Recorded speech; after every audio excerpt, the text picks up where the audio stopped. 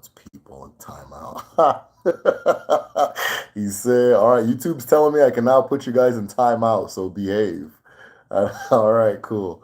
All right, we are live. We are live.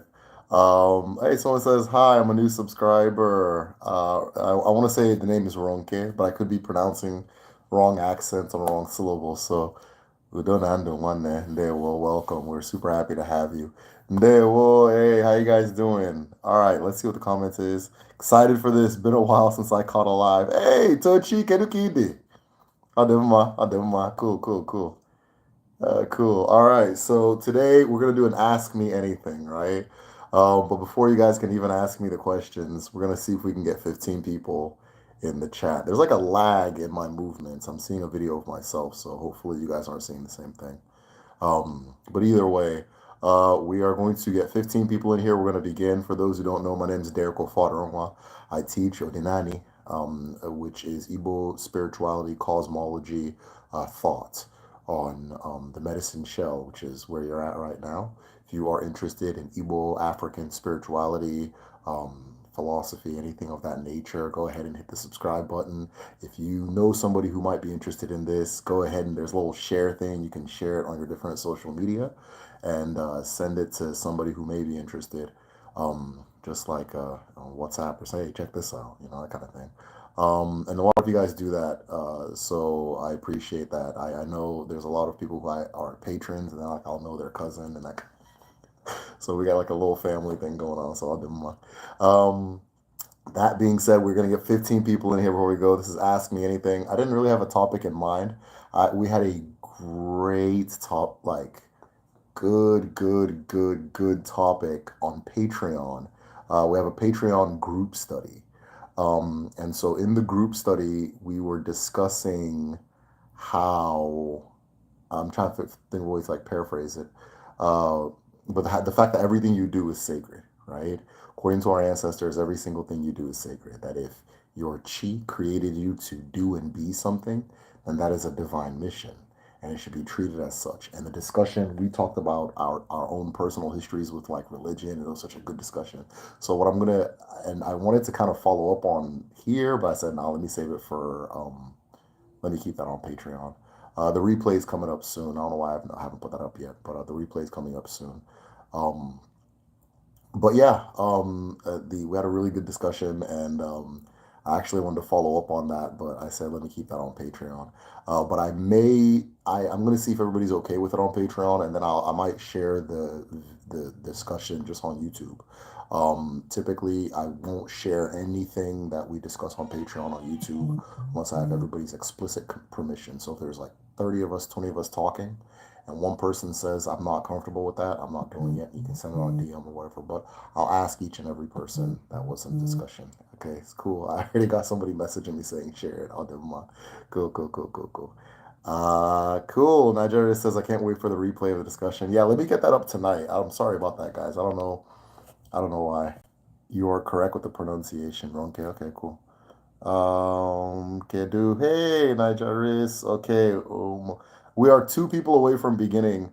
Ndewo, umu Igbo niile. Ndewo, nwanne. Ndewo. What gave you the name? Well, how about this?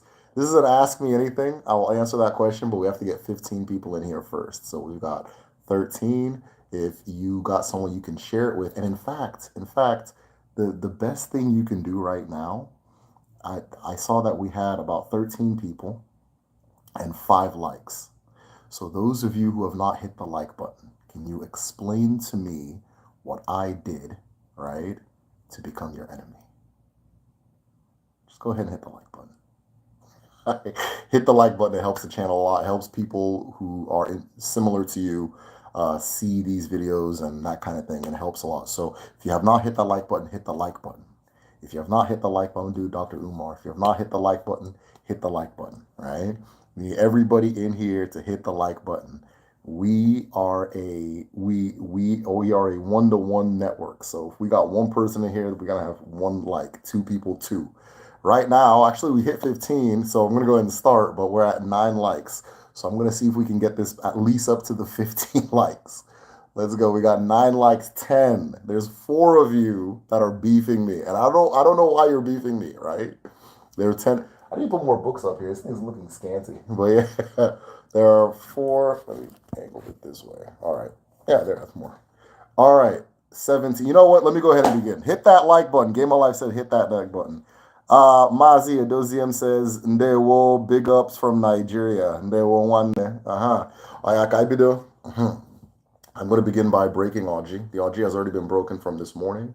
We had a very big success in my family, and so I had visited my ancestors. I broke this specific kola nut, and I gave them acknowledgments and updates and thanks for the role they played in the journey. Right, we had a big success in the family. So this Aji is a very special one that I'm holding, and I'm going to share it with you guys as well. Okay.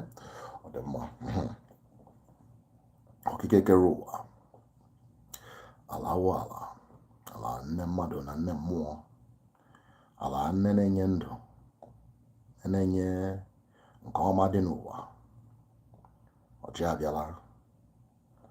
Ọwa ọjị ike ka m ji na-ekele ndị ọkpụ na ndị ichie, ndị mbụ na ndị egede, ụmụ ajaana na ụmụ kpakpando eluigwe.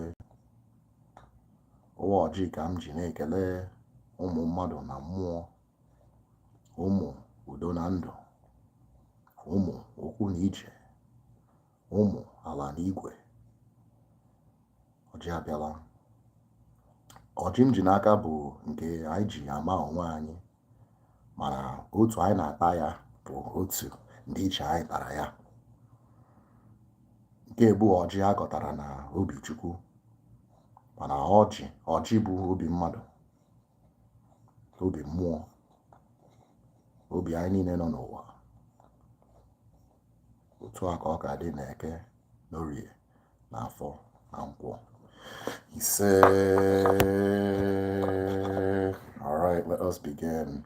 Okay, so this is Ask Me Anything. I did not have a topic for today, so you guys can ask me any question you want to ask me, and we are going to go ahead and begin. All right, so I'm going all the way up top, and somebody asked me, what gave you the name for your channel? Absolutely. So the medicine shell is specifically named after the highest form of Afa that a person can do. Afa is divination.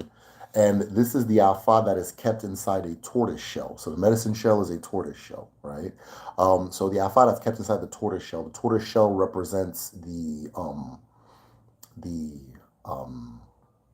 Nkatabia, right?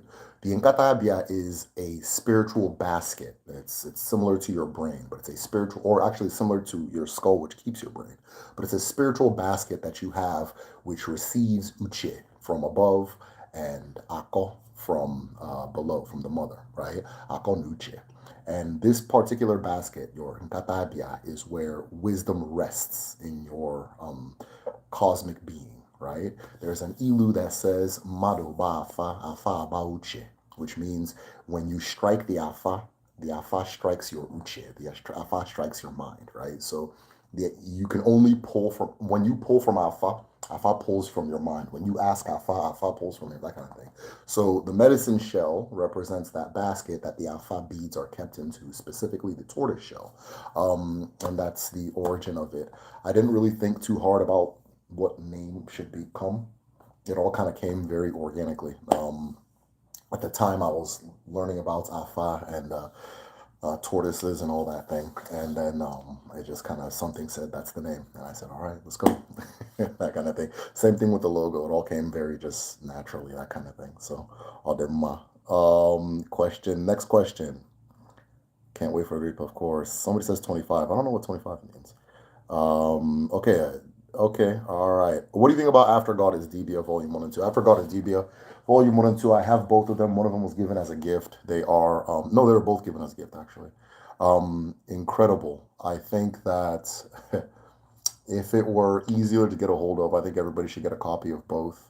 I think both books are incredible. I think that if you want to understand what our ancestors were saying, it's a good book to read. I wouldn't start with it, though, because it is complicated. There's one called Odinani, the Igbo religion, And that is a very good start. That's a very good start point. Okay, so if you want to support the channel, support on patreon.com/the medicine show. And so all the patrons have access to my library. So this is where I keep everything that I read, the digitals of everything I read, that kind of thing. And it's got like books, like hundreds of books and articles and things like that in there, right? And so in there, I have there's a folder called recommended reading. And in the recommended reading, there are about 5, 6 books that I have a list. It's like, if you want to understand everything I'm talking about, start with this book, end with that book. And it goes from most uh, like accessible and easy to understand to more dense and more complicated, right? Um, Not everybody needs the super dense, complicated stuff, because that's like, now we're entering like, unless you need to do something with it or you're just curious like myself, right? But if you read Ordinani, the Igbo religion, After God is Dibia, just those three, you can have your own medicine shell channel. Like you're beyond an expert. But no, After God is Dibia is incredible. Both volumes. I like volume 2 more. I want to say volume 2 goes more into Afa, which is an area that I'm still learning more about. So yeah, great book. Question: is manifestation, law of attraction, a concept in Ordinati? If so, what does the practice look like? Yeah, manifestation is a part of it. So even like when a person's breaking Aji, when a person's talking to their ancestors, when a person's talking to their chi, what you'll see more is people saying. Oh, I just spit out Aji.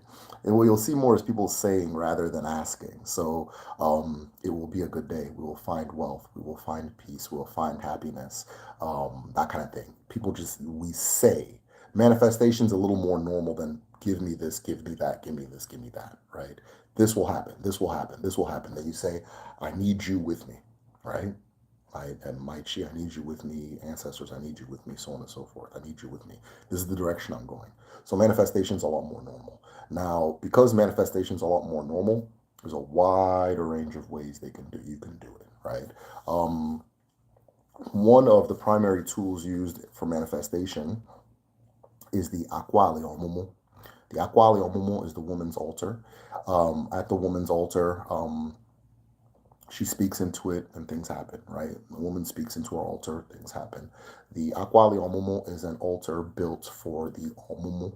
The Omumu, let's call it energy or mo, which is for a woman what the Ikenga is for a man, right? And so the Omumu has this particular ability to bring things into existence, to birth new things, right? Um, for our ancestors, it seemed most importantly children, but also just wishes and desires, that kind of thing, wishes and desires. So speaking onto it, making wishes, saying this is what we want to happen, this is what's going to happen, is very normal. It's very normal. Again, it's more normal. Manifestation is more normal than asking for things. So you can manifest just as is. You can manifest at your altar. You can go to a river and manifest. You can manifest to the earth, to the sky, however you want to do it. It's completely up to you, especially what feels best, what your chi says, that's the one for you, right? Most often what you'll see is people manifest to the Almumu, Akwali Almumu. Most of the Arushi at home, the central power behind it is the Almumu of that Arushi. And that's why most of the Abara, or a lot of the Abara at home, are women, right? So the feminine energy is the manifesting energy. The masculine energy is less about manifesting, more about doing, more about ability, right? Actualizing, right? That if something is to happen, you're the one that's going to make it happen. So I said, fuck you asking me for, right? Grown man like you, right? A grown man like me asking my grandfather to help me do something, that kind of thing. So, but the manifesting energy is the almumu. Everybody has it, but for a woman, it's in higher grade. For a man, or everybody has ikenga, but for a man, it's in a higher grade, right? That kind of thing. So a lot of Ise. Okay, yeah, that was da da da da. All right, thanks. Is a subscriber. We'll definitely look into the recommended read list. Yeah, okay. First and foremost, thank you very much for supporting Chopology. Um, Message me. It's in the recommended folder. If you don't find it, message me. I'm like the medicine shell librarian. I'll give you the one. Okay, so I'll do my. But yeah, go down that list. It gets harder each time. The one that the one that's the hardest is Leopards of the Magical Dawn. And Leopards, the author is actually a mentor of mine. He's one of the people that helped me in the beginning of my journey, learning and teaching me and answering questions for me and that kind of thing. So I definitely consider him a huge influence. But man, that thing is dense. Like it is dense. It's like reading a physics text. It is reading a physics textbook, you know. So it's very dense. But I think that one's the very last recommended one. It's like, okay, if you made it through all these gauntlets, try this one, you know. But if you read the first two, you're more than fine, you know. All right. So, how do I get started building at your altar and praying to your ancestors? How do you get started building your altar? Okay. Ancestors, what's my origin story? Um, ooh, yeah, it's very hard for me to say where things started. Things started from intellectual curiosity, right? I just wanted to learn, right? I wanted to learn. As I began to learn specifically about my ancestral traditions, I started seeing a lot of things happening in my own life, and I started thinking a lot of things change and a lot of things pivot. I was in that crossroad that you reach where you don't know what's next, and none of the options felt like they were for me.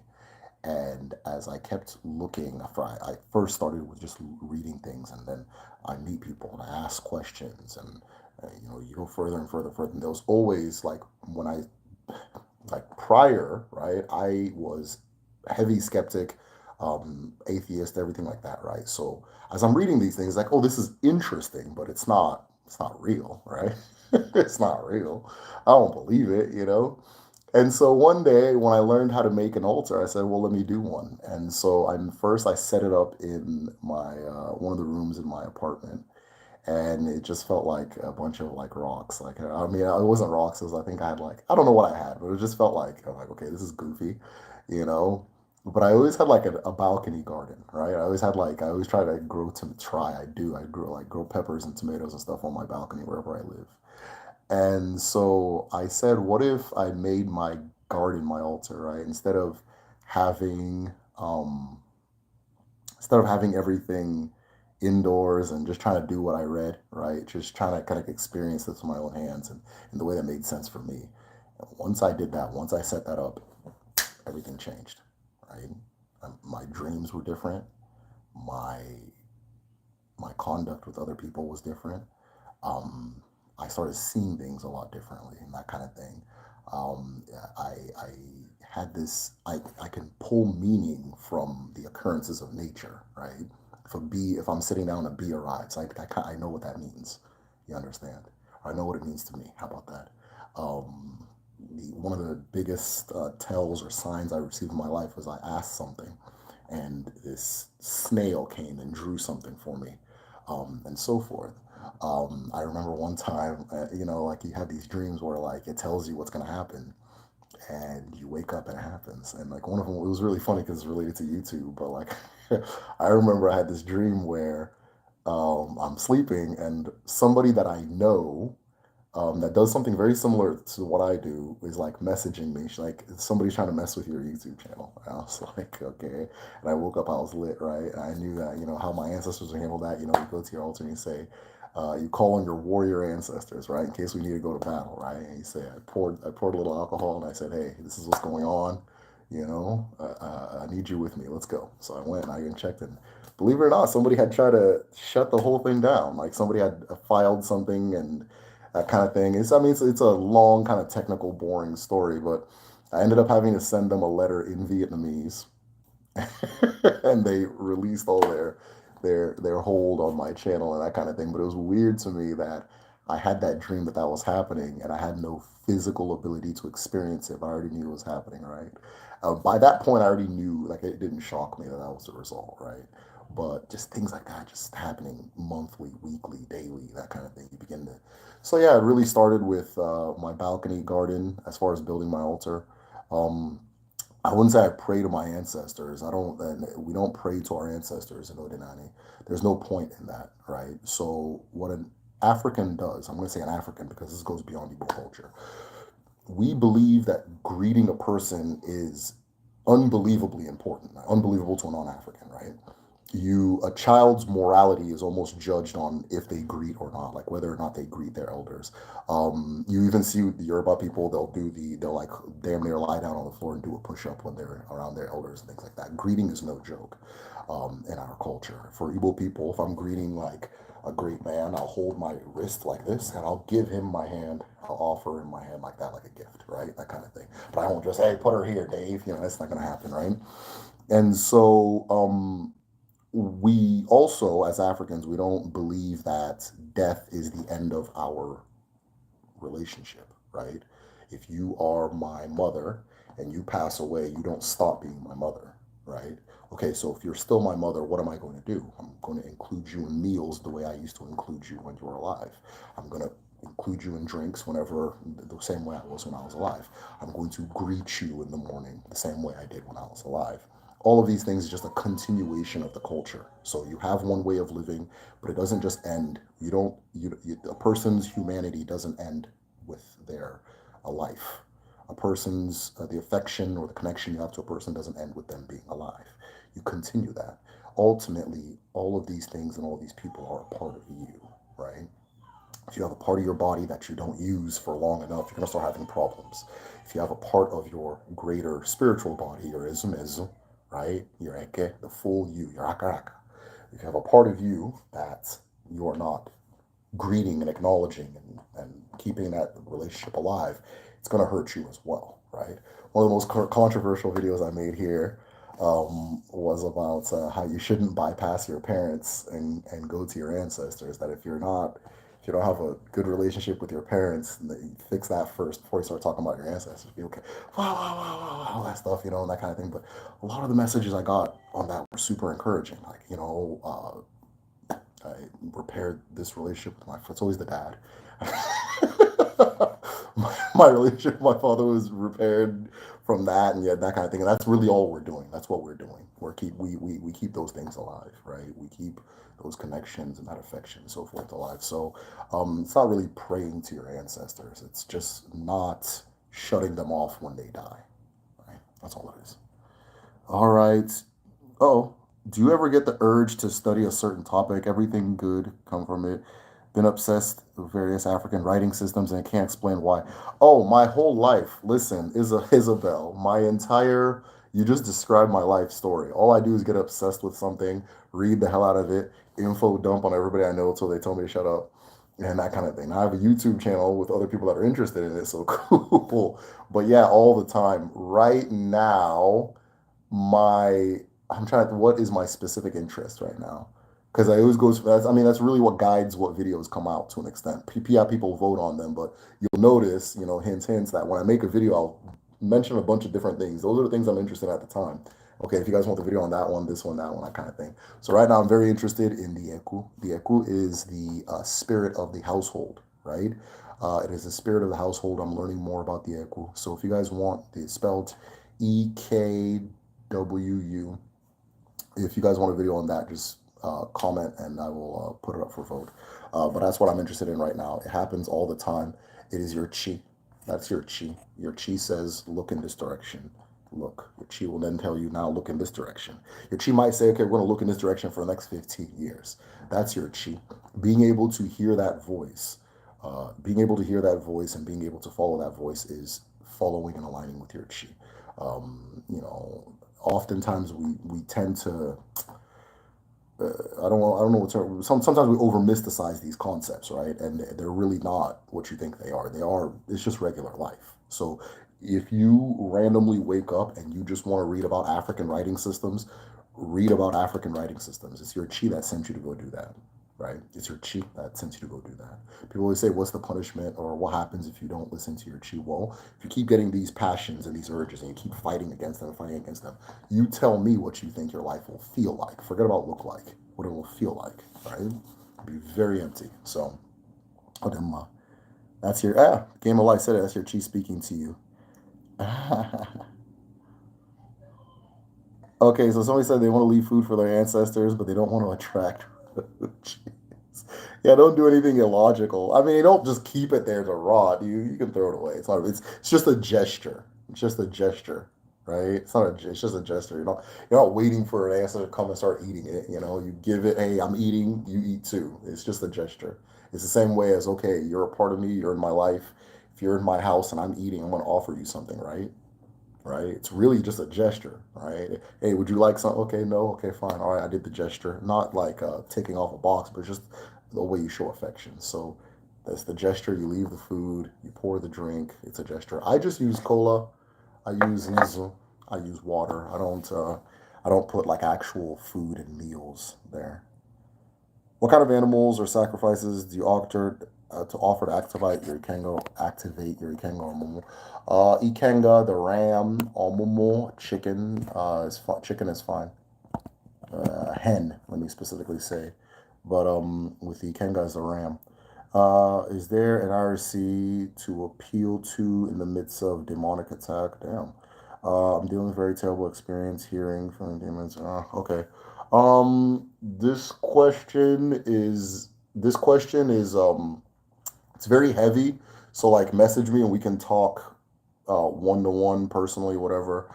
But I would say anything dealing with protection, your highest protection is going to be your Alpha Nugu, right? So what is your Alpha? When you came into creation as a specific part of creation, as something divinely ordained, right? And that divine ordinance has authority, right? Because if your chi brought you, the Ilu says if the chi of a blind man brings them into battle, they have already accounted for, or the chi has already accounted for his blindness, right? Meaning that whatever your chi brought you to be, do, actualize, exist within, occupy, you are protected. Nothing's going to happen to you, right? If you're on your road, nothing's going to happen to you. But oftentimes we're not on our road. We step off, right? That kind of thing.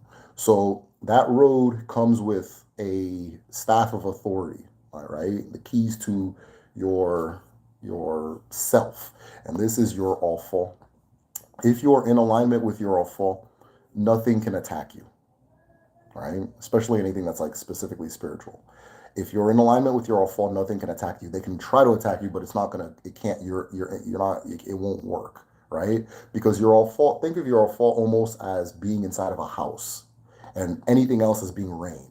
If you're inside the house and it's raining, you're fine, right? If you're inside the house, you're raining and it's fine. It's when you go outside during the rain that you start feeling the drops, right? So the question is, how do you get back in the house, and so forth? Which, I mean, if you want to talk one to one, just message me. Sometimes it's the specifics of the situation. I can't give something general for something that serious, but oftentimes it's re-acknowledgement of your all fault, right? The all fault manifests as like rules that you live by, um, right? So oftentimes when you see people go to their altar, they'll say things like, "I have not hurt another. I have not wished evil against another. I have not done this. I've not done that." All they're doing is saying their worthiness of holding their awful, their staff of being, their staff of authority.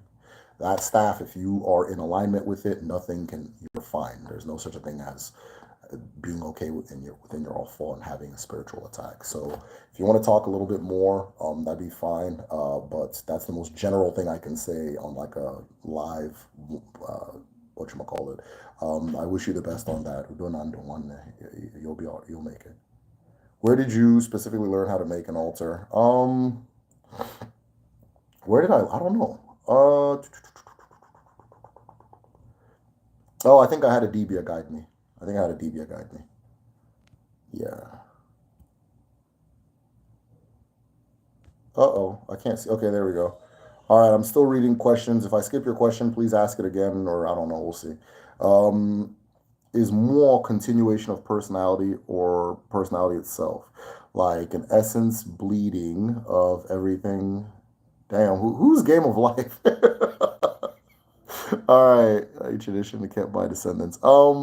This is a very good question. Okay, is more the continuation of personality or personality itself? Like an essence bleeding off of everything. Yes, it is that. Constantly repeating throughout cycles, like traditions of it. Yes, yes, yes. So it's everything you just said. It's everything you just said. So I have a video called "The Seven Layers of More" or something. I can't remember how I have to change the title of that because I can never remember the title when I say it. And it tells you that more has seven layers, and each of those layers plays a specific role. So there is one place in your more that is a light, right? It's your essence radiating outwards, which you had mentioned, like an essence bleeding off anything. That's one part of it. There's also another part of it, which is your essence that then looks back into you, that looks back at you. We call it the shadow in like the West, right? The third part is the seat of your life, the seat of life, right? The Ibachi Kenga, the seat of your life, where your all four sits, where your life, all these things we talk about, where it all sits, and so forth. So it plays all of these different roles. But more, right? More is okay. The entire universe, according to our ancestors, every single thing in existence is made up of a matter known as mo or ma, right? Is made up of a matter of a pre-matter. I don't know even what's called, like a spiritual thing, like essence called mo, right? And when mo condenses at a single point, it becomes real. It becomes something that is living. So more, the difference between what everything you're seeing and more, there's really no difference. Everything is made of spirit. Everything is made of condensed spirit, right? But even when that spirit condenses, there's an aura of the lighter, the is the lighter, the less dense essence, right? So this is the dense me, the dense essence. But then around me, there's the less dense, the light form, and so forth, right? And it shines out, radiates out from me. We are perfect replicas of the sun, but we can see the sun's rays. We don't see our rays, or we don't, okay, like casually see our rays. They found ways to see some very interesting things scientifically, right? But they found ways to see that, okay, there's like this blue light around everybody, and some people it's very deep blue, almost indigo, that kind of thing. But that's what more is. But also, something you said is that more, okay, so more, because it's not the same thing as Madhu, it has its own different rules, operates in a different way, right? Sometimes that more is, or not sometimes, more is also a pattern, if this makes sense, right? So when you live the tradition of an ancestor, you are invoking, reviving, and keeping that more alive, almost like feeding a flame, right? When you go to your altar, you speak to your ancestors, you're feeding a flame. When you are doing a dance that your ancestors did, you are not only feeding a flame, that the more of that exact thing, the people who made it what it was, it occupies you while you're dancing, right? If you're really feeling it. Some people just dance with their brain, right? You have to dance with your heart. They say that the heart is the seat of more, right? Right? It's the seat of more. So you have to do something you do with your heart. But what you more, okay, more outside of that physical description I described, it can be invoked by tradition. It can be invoked by dance. It can be invoked by speech. All of these things do something to more, right? So it is exactly what you described, like an essence bleeding off of everything, absolutely. Repeating through cycles, it's absolutely that. And then, one of the ways that more is the flame of it is kept alive and played with and so forth is through the upkeep of traditions and patterns and dances and songs and poems and that kind of thing, right? Or the statues, that kind of thing. I remember your explanation of the afterlife. What is the difference between Alamor and the Chi returning to Obichuku?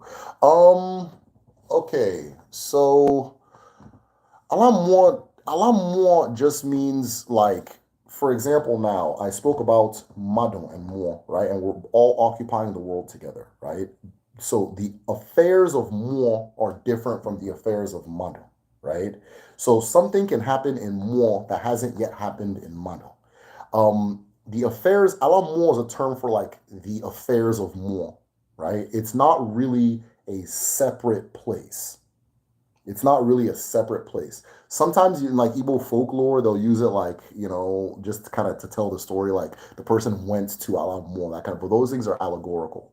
And once you understand the allegory behind it, you see that it's not like a separate place. We're in Alamo. Alamado is Alamo. It's all the same thing, right? It's all the same, right? But once something you're dealing with the affairs of Mo, then we're talking about, okay, Alamo. There's an ilu that says before somebody does something to you, they'll do it to your chi, right? So if somebody's going to kill you, like let's say somebody's going to shoot you, they shoot your chi first, then they go shoot you, right? That's kind of a way to see it. So the shooting of the chi, that when it happens in that space, when it happens in that place, that's alam more, right? Um, the chi going back to Obi chi, Chuku, uh, I I can't describe what that is or feels like, or even if it happens, because I've never died before. And nobody's died before and come back and said this is what happens and that kind of thing. I'm sure there's people that have their theories and so forth, but I don't think it's something that's emphasized in Odinani. Like Obichuku is not like a heaven, right? Obichuku is just the place where it all came from. It's the place where it all came from, right? What happens with the chi of an individual is it returns to chuku, it returns to the essence, but it becomes a part of that greater universal body. So I don't know if it's like a place. I don't think it's like a place, because if you even think of the word obi chuku, it just means the heart of chuku. It doesn't really. You can also use it to say the place of chuku, but it's the seats. It's like the. I don't know. It's hard to explain. So good question. I hope my answer was sufficient, because even in my head, I haven't tied it all together. Who is Ngia in Kikui? I don't know too much about Kikui. Kikuyu, sorry, I don't know why I said it that way. I don't know about Kiku. Yeah, I don't know about that. Who are the Kikuyu people to the Igbo? I don't know if there's a tie. I have a strong theory that there is, though. I have a strong theory that there's a tie between Igbo people and uh or maybe I don't know if it involves Kikuyu, but there's a group in Kenya. I think it's Lao, and then some groups in Central African Republic and South Sudan. I have a very strong theory that there's a connection. I see it in the language, I see it in culture, I see it in the way we dressed prior to colonialism. I just see it in a lot of different things. I It was first brought to my attention by a coworker of mine who was, I think, Ugandan. I think he was Ugandan, and he says that, oh, you're Igbo, that we're related. I was like, oh, I didn't know that. I was kind of skeptical. I was like, I don't know what that's a big distance. He's like, yeah, we're related. That's a lot of our people have names that are similar um to people in your culture. I was like, okay, yeah, okay, sure. And then, over time, I began seeing different things and learning. And even I'll go to like YouTube and I'll hear like little language, like where people are doing like those language things they used to do where they like, what's the word in your language? What's the word in my language? And a lot of the languages in the Kenya, Uganda, kind of area, it'd be like, oh wait, that's the same thing, that kind of thing. So I think there's a theory. I have a theory, and I think there's a connection. I don't know if that group is related to or the same as Kikuyu. So we'll see. All falls like Ma'at. Yes, exactly, exactly. All falls like when you look at the like, it's so interesting too, because when the 48 laws of Ma'at, right, or 42, I can't remember which one it is. That was just a person doing Igor. That's all it was. It was a person doing golf. I don't even think that's like the rules of comedicism. It's just one person saying to his awful, I have not done this, I have not done this, I have not, or her, I don't know who wrote it, and so forth, right? That's all. That's what that was, because it's the same thing in the Igbo culture. It's the exact same thing in the Igbo culture. Like when I saw it, I was like, oh my God, wow. It's one of the things that blew my mind. So yeah, awful, onk, same thing. If you're in alignment with it, nothing like you don't have to worry about spiritual attacks, anything like that, because you're inside the house. You can't be hit by rain. The flies can't get you, that kind of thing. So when you step outside the house, that things get kind of wild. So, I had a weird dream and I can't interpret it. There was an all false set on a table. outside with people lined up on both sides of the road. I can't share the rest. Please, can you help me? Well, I mean, if you can't share the rest, I don't know how I can help you. Just message me. Message if you're on Patreon. If you're on Patreon, in fact, message me. We'll talk. Ademma. Part Igbo, born in America, tried to be a part of the cult of Christianity. Yeah, many have gone down that road, my brother. Ademma. Ademma. To teach. Wait, what? Very good. I teach capoeira. Yeah, perfect. Okay, so very good explanation. I teach African diasporan combat arts, capoeira. So many capoeira artists, so many capoeira players in this community we've developed. So, Aduma, come on. And I see them as being part of the ritual ancestral remembrance. That's all it is. That's all it is. I'm actually going to make a video because this is probably something nobody cares about, but I care, so it doesn't matter. You're about to see the video. So I want to make a video kind of talking about like martial arts. And specifically because there's all these videos that are trying to like debunk things like kung fu and so forth. Oh, it's BS. MMA, they punch way harder, that kind of thing. So I want to kind of debunk that because there's a lot more to it than just like how much can I hurt a person. That's not what's going on, right? Capoeira is a perfect example. Capoeira is a perfect. There's a saying, "Odinani bunhine meme," right? This whole everything I'm talking about is not to be spoken about, to be done. It's to be lived and to be experienced. And as you do them and live them and experience it, your knowledge of it may differ from my own. You may come into something that I haven't come into, or so forth. But either way, right? And I don't want anybody to think that Igbo spirituality is done by like having a guy talk to you. That's just not what it is. It's dancing, it's singing, it's martial arts, it's wrestling, it's done, it's performed, right? You get into spirit by being in spirit, right? So that type of thing. One of the ways you channel more is through activity, certain activities, right? And that's how you do it. That's how you do it, right? That kind of thing. Deeper. Okay, so when people invoke a spirit, okay, wait, consultation. When people invoke a spirit for consultation, what pops up? That's a good question. Depends on the spirit, right? It depends on the spirit.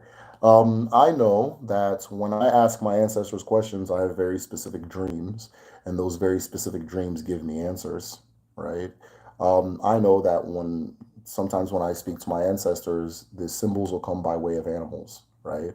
I was saying earlier with the bees and a snail, I had this huge moral dilemma. I had this huge moral dilemma that kind of landed on my lap, right? And I had a tough decision to make. And I said to my ancestors, you know, just show me a sign. And I remember I went to bed, I woke up, and this was the biggest snail trail you'll ever, like, huge. And it like had a rainbow, kind of, how snail trails are. But it was huge. The snail had to have been this big, right? And it started from my altar, kept making these weaving patterns, and it went up my door and made this big, like this, something like that. And I came, we went back in there. And I don't know why, I don't know how, I don't know, but I knew exactly what the answer was. And I made the right decision. I'm very grateful for it. So you can consult a spirit. People consult spirits all the time, first of all. But we talk about that on a different whatever. But if you do that, it comes in different ways. It can come by way of dream. It can come by way of signs. It can come by way of all types of different things, of occurrences in your life. But when it happens, you know, like, oh, that was my answer. Okay, I see. That was what it was. Oh, okay, I see.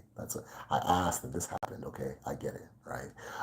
Part of Odinani is understanding how to accept the occurrences around you as deliberate, right? We don't exist in a world of just chaos. These things happen because for a reason, right? So when something out of the norm happens, you are dealing with spirit. There's an ilu that says if a man is dancing on top of water, there is something playing music below it. There's another ilu that says if a sacrifice is given to an Arishi and a vulture refuses to take it, then there's something wrong in the land of the spirits, right? So those two things will kind of give you the answer of what it looks like when you consult spirits, right? That kind of thing. Many of our oral traditions assert that our ancestors migrated from east to west would account for linguistic and cultural similarities. Yeah, I think, yeah, for sure. And in different waves, too, in different waves. Because I think that anyways, yeah, in different waves, but absolutely, yeah. Then you made a mention of crossing two rivers. Okay. Crossing two rivers when you reincarnate. So there's our people say that in the process of reincarnation, right? Now earlier I said with like Obi Chuk, I can't really talk too much about that because nobody's gone and come back. But I'll tell you why I can talk about the reincarnation one, because people have gone and come back, right? So the process of reincarnation, you cross two rivers. Those two rivers manifest in the physical form by the paleness of a baby and the paleness of a corpse. But in crossing those two rivers, it's just a part of the reincarnation process. It said you cross two rivers. Now, as you're crossing the two rivers, um, there are certain things that can join you from the river, right? So if an individual has a Dimirina or Wunyamiri, or spirit husband, spirit wife, but what it really says in Igbo is water husband, water wife. It'll come from one of those rivers. She or he will come from one of those rivers as you're crossing over, right? And so knowing how to cross okay, so you live your life a certain way so that you cross and without bringing on too much baggage. But if you bring on that baggage, it's not the end of the world, right? But yeah, you cross two rivers in the process of reincarnation. It manifests in the physical form by the paleness of a baby and the paleness of a corpse. I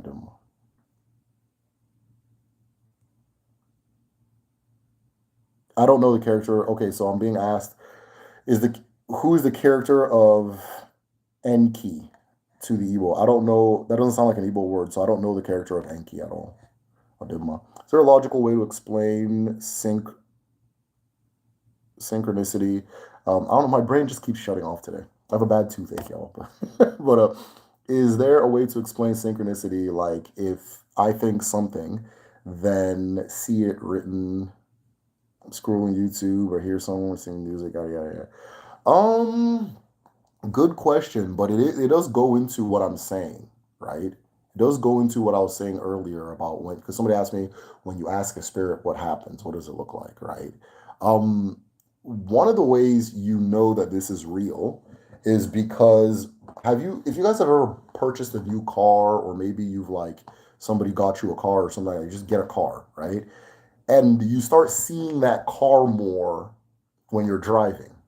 You start seeing that car more when you're driving. Now we understand that nothing supernatural, right, is happening here. We just know that maybe because we're now aware of this car is in our mind, we can now see how many times it occurs, so on and so forth. So if we take this particular thing, which you call synchronicity and so forth, if we take that particular principle that we experience, all that's why I said you ask spirits all the time. You ask spirits all the time, right? Because you got this car, you said, Spirit, show me this car, because you're thinking about it, because it's in your mind. You're thinking about it.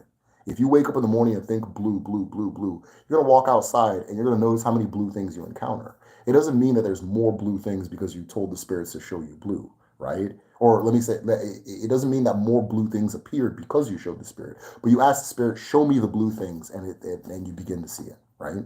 Part of ritual is repetition. Part of ritual is keeping something in your mind.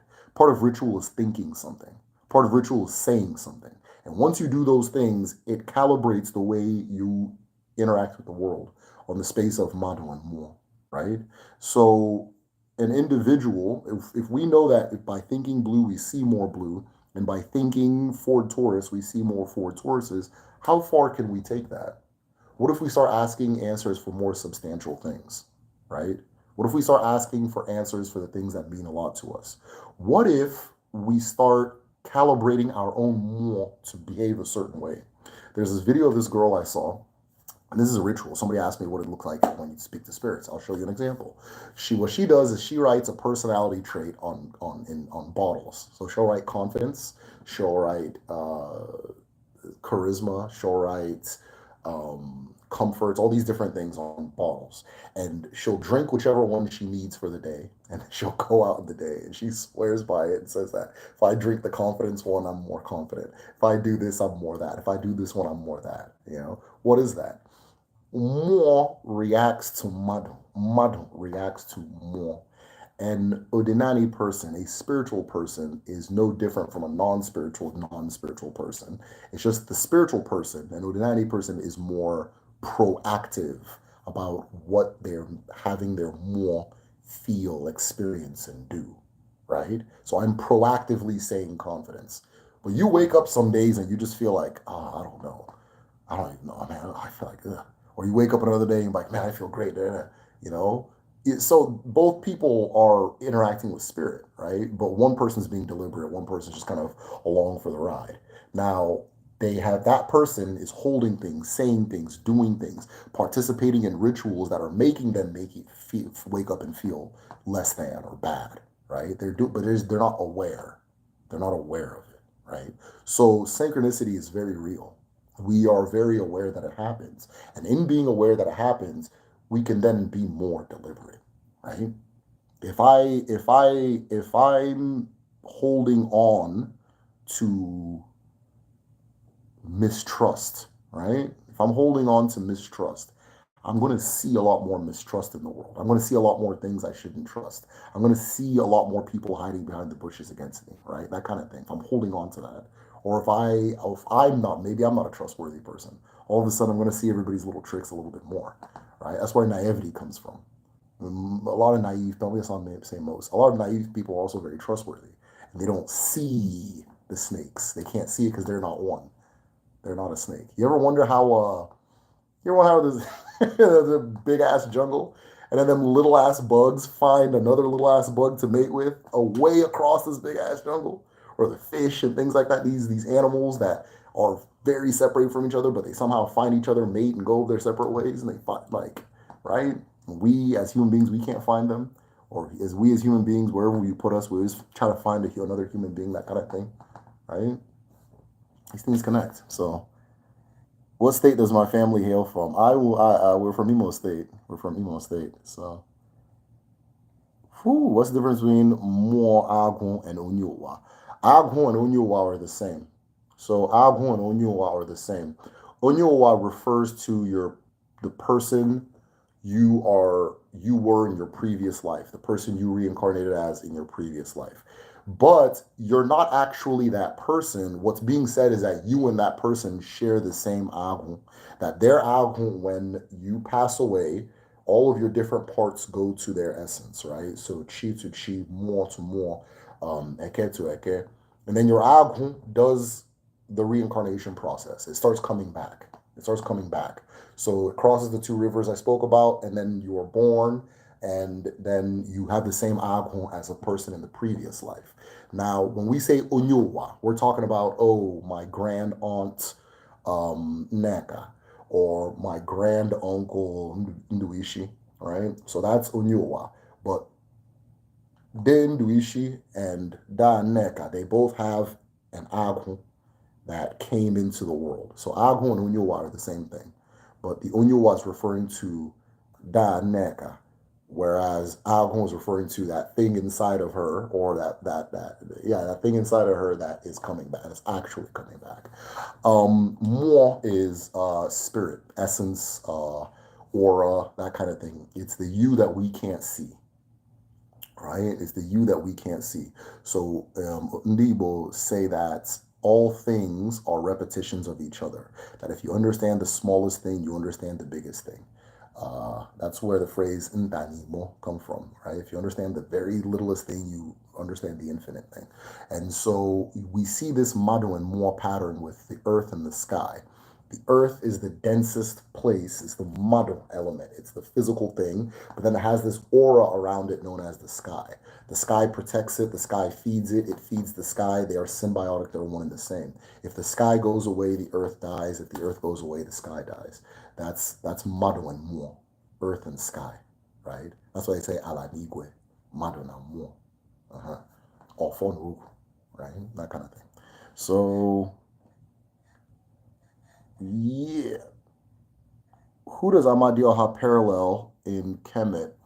I don't know enough about Kemet to say who, but I have a strong belief that Amin Ra almond, with the ram. I believe almond's a ram. Almond, maybe almond, raw, um, and then maybe Heru, but I think Heru might be kind of an Ekwensu figure, but I'm not sure. I don't know Kemet that much, so I'm making guesses that are not 100% informed.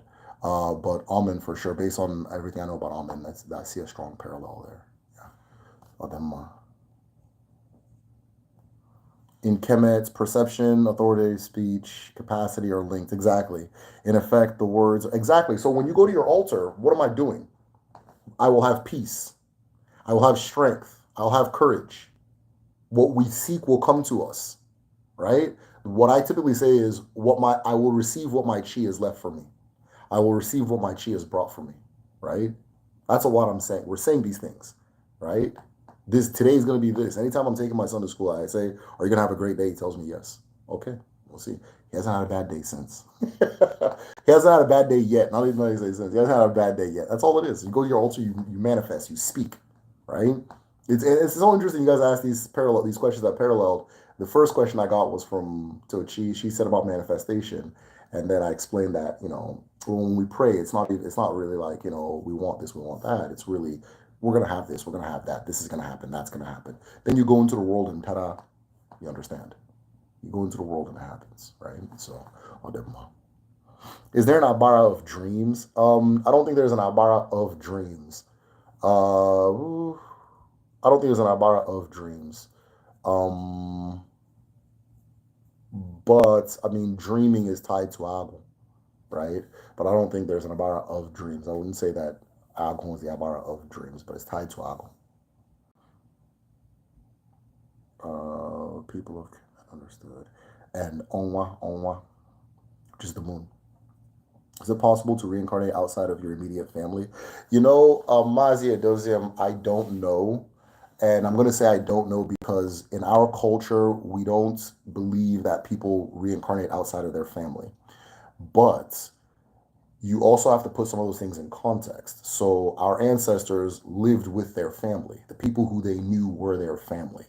And based on the way we understand family, why would you reincarnate from anybody else, right? So I don't know how much choice is there. I think you do reincarnate within family. But I do wonder if it's like in another culture, like American culture. I think like I think like friendship. It goes like friendship, family, work, work, you know, person you're in love with. So family doesn't rank the same way it ranks at home in like America. So I don't know if people reincarnate in this culture. Do they reincarnate in their family here? I don't know. I don't have an answer to that. But what I will tell you as an Igbo person, Igbo people reincarnate within family. Igbo people reincarnate within family. I will say that with a name like Mazi Adozim, you might know who you're reincarnated from. If you don't, go ask your people; they'll know. I don't want to hear, "Oh, they're Christian." They know, they know, and they'll tell you. So you just have to ask them. If they're being stubborn, ask them again. If they're being stubborn, if finally they'll tell you, "Okay, it's this person," and then you'll actually figure out your parents are very interesting people that could probably have their own medicine show channel if they wanted to, you know. Ademba. So yeah, we reincarnate within family. It's a fixed number 7 times. Okay, and then our last half of the question was, is it a fixed number of 7 times before reabsorption into with Chuku? Yeah, this is what I've been told is 7 times. So that's what I've been told. It's been 7 times. Are you familiar with Igbo names being in the Bible?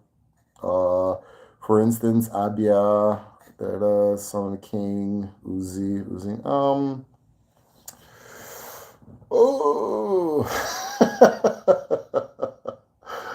there's a lot of names that look like Igbo names in the Bible. There's a lot of names that look like Hebrew names in Igbo culture. There's also a lot of names that look like Igbo names in Japanese culture. There's a lot of names that look like Igbo names in every African culture.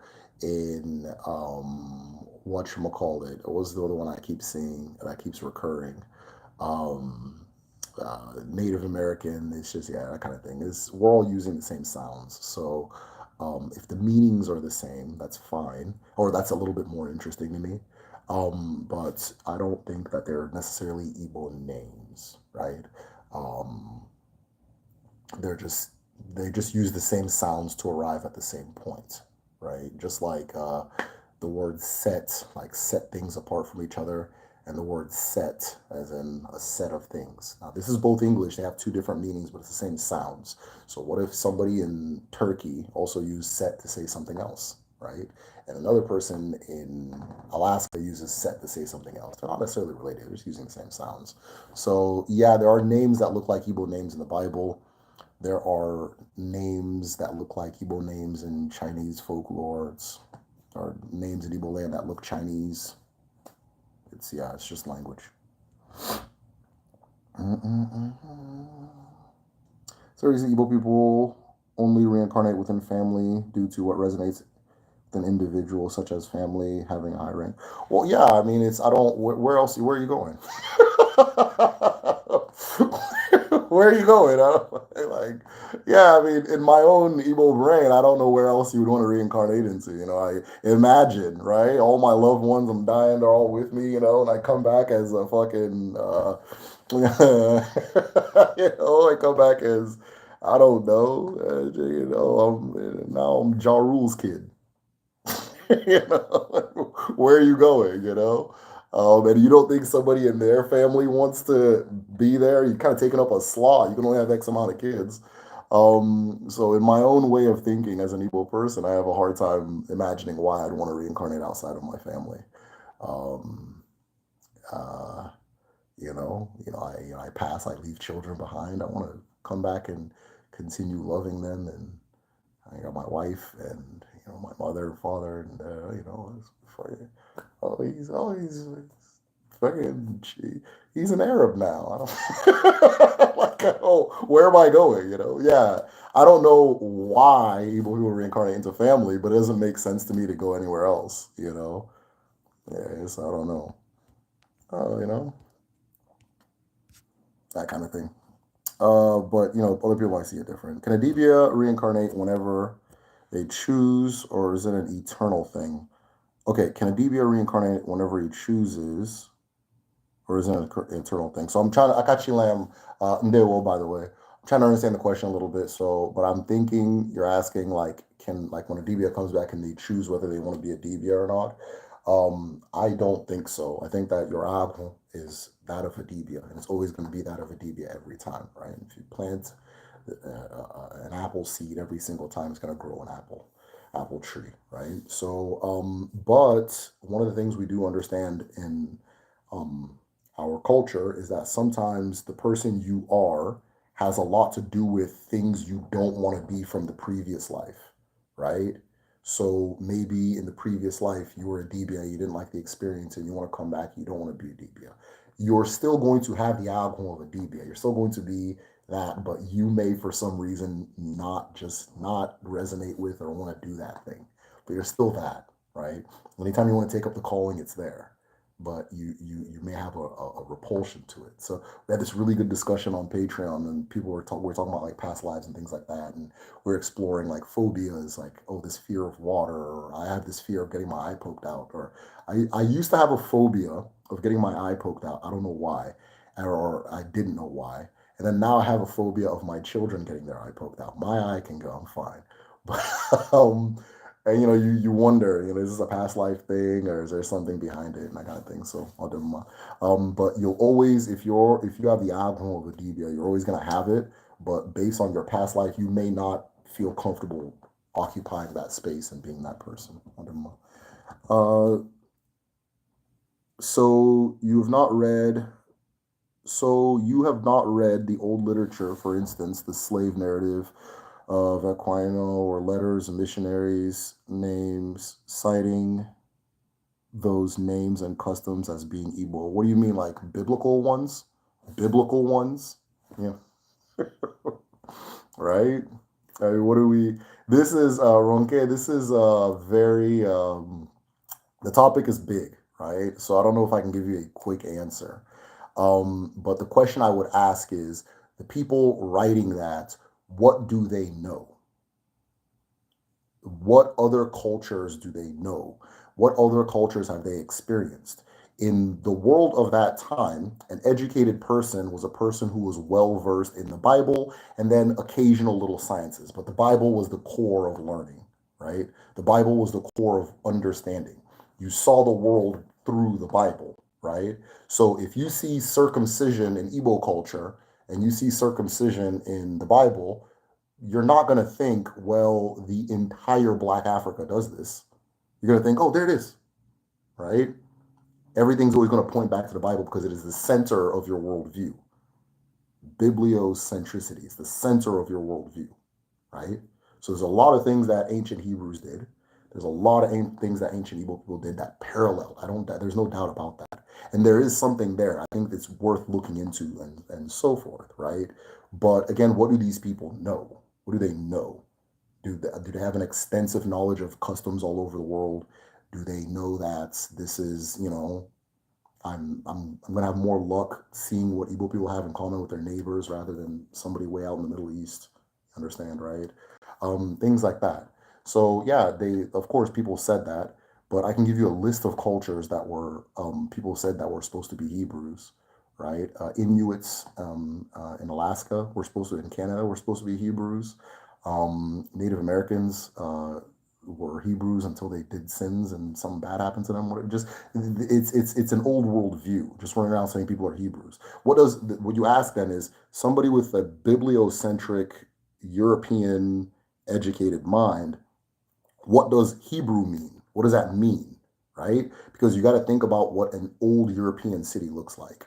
There are the non-Hebrews, the average person, right? Your Christians, and then the most common foreigner you're going to encounter is going to be a Jewish Hebrew person, right? Just because of the role they played in the world at that time. So you're seeing your customs and you're seeing their customs, and it becomes black and white. And then you go around the world, you see people similar to them, you go, oh, that's them, that's them, that's them. You see some people who do things similar to you, say that's them, that's them, that's them, that's them, right? According to the same people. Anyways, let me not go too far into all this stuff, but look into like Aryan theory and all this stuff. It's an old way of seeing the world. It's already been let go of, right? Now, I can say this.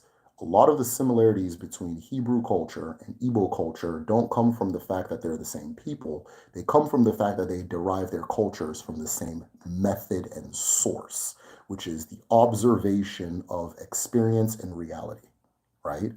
When you read the Bible, they say this person who's the son of this person, who's the son of this person, who's the son of this person, who's the son of this person. I go to my altar. Na ejike, na emenaha, na ukwebu, na father. I'm doing the same thing, right? So what's the mentality? That in order for you to know who I am, you must know where I come from. What's their mentality? In order for you to know who I am, you must know where I come from. What's the fucking German mentality? I'm not.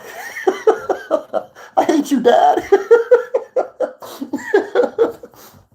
I'm starting my own thing. I'm starting my own thing now. I'm in love with Sharon. I'm on this thing now. And then your kids come, they do the same thing. They split off, and this one splits off, and that one splits off, right? So if you have this custom where you don't do this son of anymore, the old Europeans used to, the Nordic, like all them Thor people, that kind of thing. They used to. If you don't have that anymore, and the Hebrews still have it, when you go around the world seeing people that still have it, it doesn't mean those people are Hebrew. And of course, you're going to say they're Hebrew. That's the first person you met that has that custom. You understand? So there are, right now, I think we're about 50, 60 million Igbo people and about like 17 million people in Israel. So it'd be weird to say that 60 million people came from 17 million people. It doesn't make sense. But they have commonalities because they see there are things that they do similar to each other. And those things they do similar to each other, most of the people in the world do it except Muslims and Christians. So, all right. Horizon is small. Aquino is evil. Yes, he is. So I'll explain the dream. I explained dream mechanics. Looking forward to hearing from you. Okay, I'll check the Patreon. All right. So most indigenous cultures have similarities. Thank you. Yeah, because they're closer to nature. That's all it is. That's all it is. So I'll So speaking of spirits, they say both the living and the dead are afraid of Ekwensu. Why is that so? Because Ekwensu is heavy. Ekwensu is whatever they all fear. So Ekwensu is Ekwensu because Ekwensu is fear. Zoltar the Magnificent, Igade, Igeto. Are there artistic rules for making Ikenga? Artistic rules for making Ikenga. The face works on a principle of five. So two, two, one, two, if that makes sense. So two horns and a regular face, and you're good to go. What is held on the right hand is the instrument of actualization. Held on the left hand is typically a skull or the result of that instrument, right? And that's really it. That's really it. So if you're interested in making Ikenga, go for it. But those are really the rules for making it. And they're very diverse and varied. It's not that deep. So, Ademma. Igbo is an ideology. I completely agree with you. Okay, cool. Is there any works of literature on Igbo cosmology, spirituality that you would recommend? We were just talking about this early in the stream. I think I'm gonna sign off a little bit, guys. But in so if you're a Patreon, I have if you're a patron on Patreon, I have a folder called the recommended folder. The recommended folder has about 6 books. I think it's like 6 or 7 books that you can read. And that's what I would recommend. But if you just want to understand Igbo spirituality and cosmology, I would start with that folder. So I'm assuming you're a patron. If you can't find the folder in the thing, message me. I'll send you the link. But it starts with Odinani, the Igbo religion. It goes into towards an Igbo metaphysics. And then it goes all the way to like Leopards of the Magic Dawn and so forth. If you want to get physical copy books, After God is Dibia is great. And then there are books that cover very specific topics within Odinani. Like I'm constantly being mind blown by this. I have a book on Igbo medicine that's about this big. And that's my primary source of learning right now. But if you're a patron, I have a whole recommended list of books you could read, and they're all available there. Like you can read them there. It's not like I recommend it to you. You gotta go find them on Amazon. So, thank you again for the wisdom. Okay, Zoltar, thank you very much for the donation. I appreciate that. So, why are there so many stories? Okay, this is what I mean. Why are there so many stories about characters plucking their eyes out like Odin and Ra? Perfect, perfect, perfect. We, Igbo, also have a story that is similar, right? So there's a story of a man that meets Agon. And the man says, Agon, I want to know what you know. And Agon says, in order for you to know what I know, you have to, and I want to find the source so I can give the exact list. But one of the things was you have to pull out your eyes, right? And the man did all those things and then was able to see what Agon was able to see, right? So again, like the I don't know, Nordic people, Odin, that kind of thing, the Egyptians, Nebo, the Hebrews, when they're talking, they're not talking about something that like their opinion. It's not my opinion that you should pull your eye out, right? They're not talking about their opinion. They're observing something in the world and they're putting it in a language that you can understand as a person. You understand? But it's observation of nature that becomes a custom, or observation of nature that becomes wisdom, right? So again, if we're all observing nature, right? If we're all observing these things, and you go around the world, you see people doing these similar things. It's not that they're all like sending each other faxes and texts and all that stuff and they're connected somehow. It's that we're drawing our wisdom from the same way. Everywhere in the world you go, they're all going to say that water's wet. Okay? So, what is this thing about the eye pulling out? I'll tell you something that I read in After God is Ebia. So, Dr. Rume, the author, was saying something along the lines of, as a Dibia, the more your ability and knowledge grows, the worse your vision becomes. And that, in fact, he lost sight in one eye. And he went to a doctor. His wife was freaking out about it, but he was very calm. And because he knew what it was. And he went to a doctor, and the doctor says, I can't find what's causing this to be that way. And he says, I know what it is. I'm not worried about it. I'm just here so my wife will accept this. Something along those lines. I think it was Dr. Uma anyways. I could be quoting the wrong person. And so he gives that story. So there's this thing about, there's this, what are they all talking about? In order for you to see in full, you have to stop depending on these eyes. Nobody pull their eyes out. I'm not telling anybody to pull their eyes out. They saw the guy on YouTube that was saying, pull, that's not what I'm doing here. I'm explaining ancient cultures and why they perceive, why they keep having this story, right? Ultimate wisdom comes from not having this. This is why in meditation you close your eyes. This is why when you enter a state of trance, you don't see what's in front of you.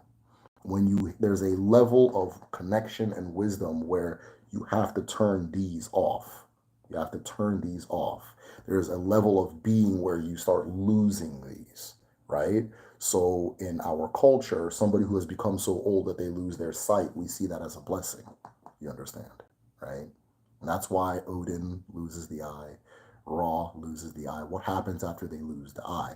They reach another level of understanding. They reach another level of seeing, because these are your least potent eyes, right? These are your least potent eyes. That's what they're saying. Now, if across the entire world, continents of people are saying this exact same thing, it lends me to respect it a little bit more, right? It doesn't mean that one guy had the idea and they walked around and started telling each other, the other people, the thing. They're all saying something that they've witnessed and experienced.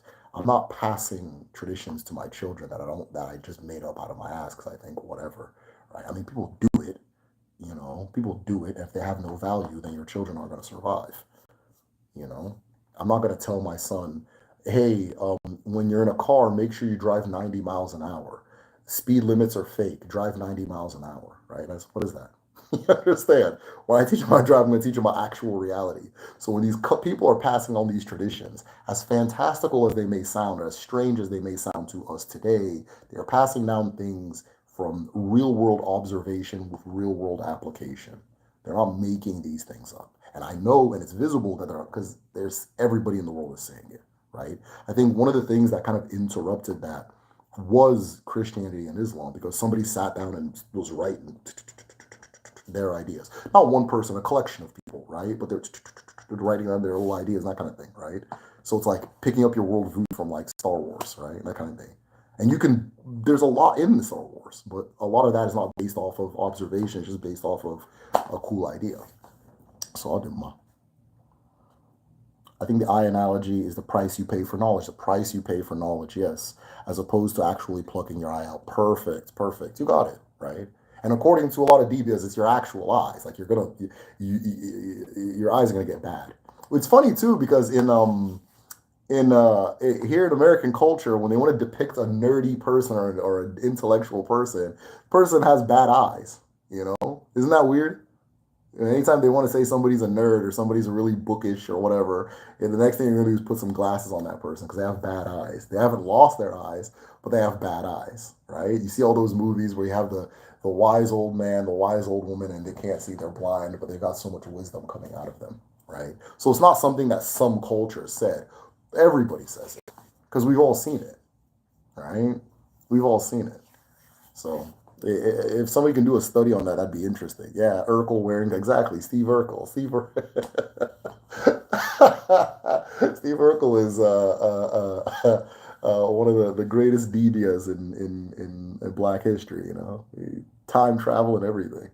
I think the meaning of the eyes getting bad as they gain wisdom because grown to be elder. Yeah, that's part of it. You get older, your eyes are getting bad, but as you're getting older, you're getting wiser. But there is a wisdom that requires you to turn your eyes off. There is a wisdom that requires you to turn your eyes off. There's like the story says when the person says, "Akon, I want to know what you know," and Akon says, "If you want to know what I know, you have to pull out your eyes," right? And the person did, and that kind of thing. So don't pull out your eyes, but you see this Odin losing the eye, Ra losing the eye, that kind of thing. These eyes are for operating in the world, right? They're for operating in the world. Then there's a world that they're not necessary for operating in, or maybe they don't. They're an anchor, right? So a lot of these traditions, you have to close your eyes, right? You speak to your altar, you go to sleep. Your eyes are closed. You receive messages, right? Meditate. You close your eyes. Trance, you close your eyes. A lot of initiations, you're blindfolded. A lot of initiations, you're blindfolded.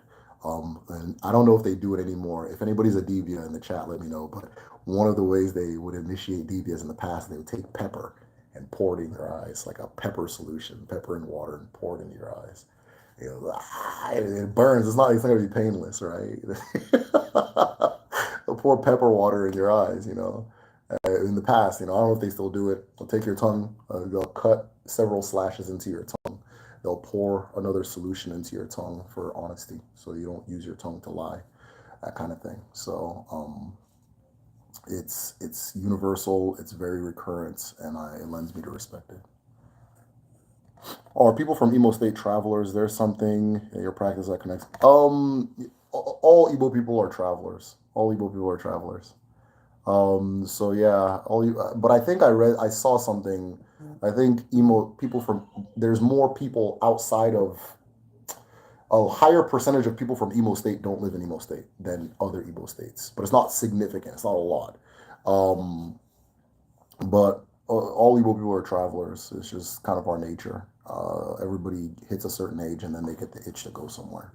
Um, that kind of thing. So, and people are like, oh, if there was more development at home, that it'll never go away. If that place, it'll never go away. No matter the condition of the land, people will still have, because we'll go to places that are worse than where we're from. So it's not like they're going because of, I remember the craziest thing I ever growing up is when they were bombing Afghanistan. I said 2 Nigerians died. I was like, I was like, R.I.P. to them, but whatever. So yeah, they're always going to travel. So yeah, your inclinations are correct. They are travelers. If you're chosen by Aghon, can you access the divine mind by conscious will?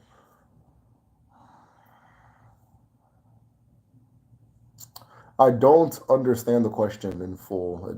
It does, yeah. I don't understand the question. So if you want to maybe try to rephrase it, can you access the divine mind through conscious will?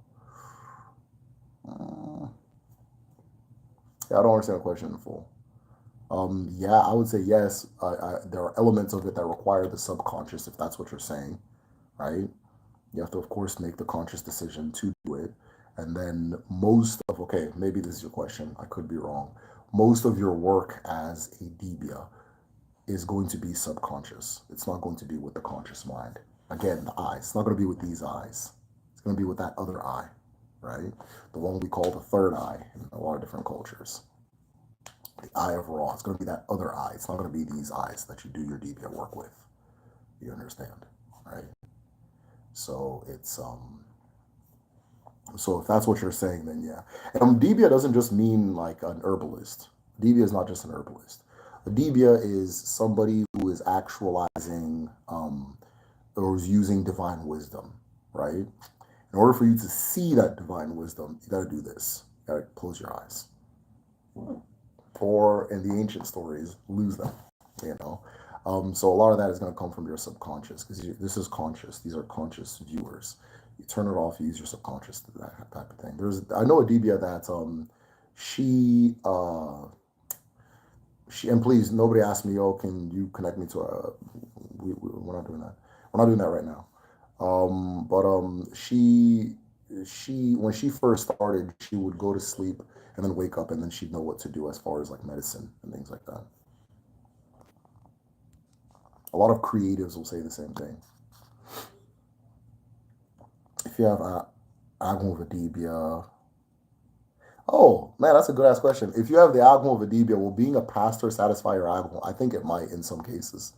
Yeah, I strongly believe it might in some cases. Yeah, completely. Because your Aghon is going to be what your society calls that same type of person, if that makes sense. And in some places, that's a pastor. So, okay, you're going to have to come into the form of a pastor so that I could do my work, right? In some forms, it's a formal, like a doctor, what we would imagine when we say doctor in the West, right? And some culture, that kind of thing. So yeah, absolutely, being a pastor is part of it. Absolutely, completely.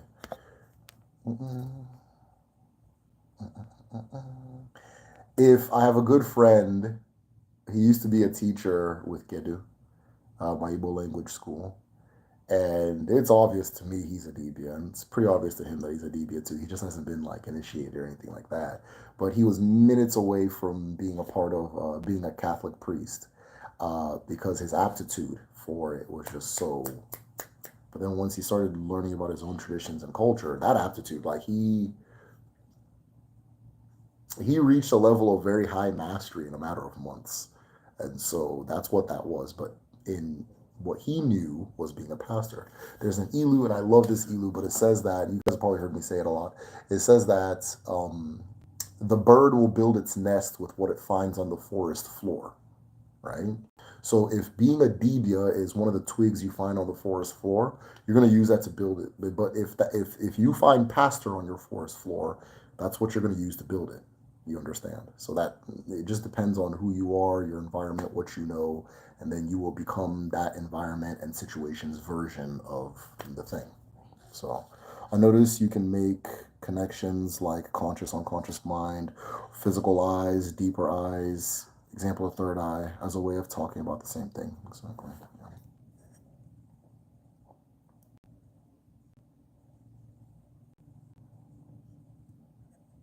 Okay.